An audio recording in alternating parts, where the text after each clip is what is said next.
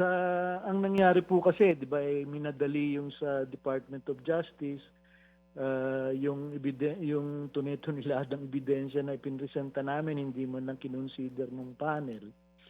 Yun hong yung complaint na yun ng pinasahan ng panel, pinadala ho sa korte. Pinoint out din po namin sa korte na yung pinadalang papeles sa kanila ng DOJ ay kulang-kulang. Ang pinadala lang po ng papeles ng DOJ sa korte ay yun lamang complaint at resolution ng panel. Hindi po nila isinama yung ebidensya na galing sa mga respondent. Yun yung korte, under the Constitution, ay duty-bound to determine probable cause for issuing a warrant.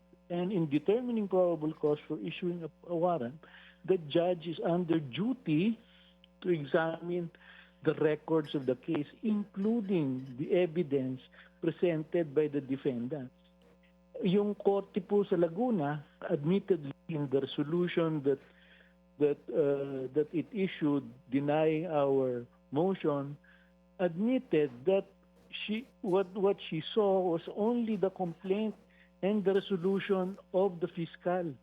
She did not even see or even glance at the evidence presented by the respondents, much less the evidence presented by Mr. Ang.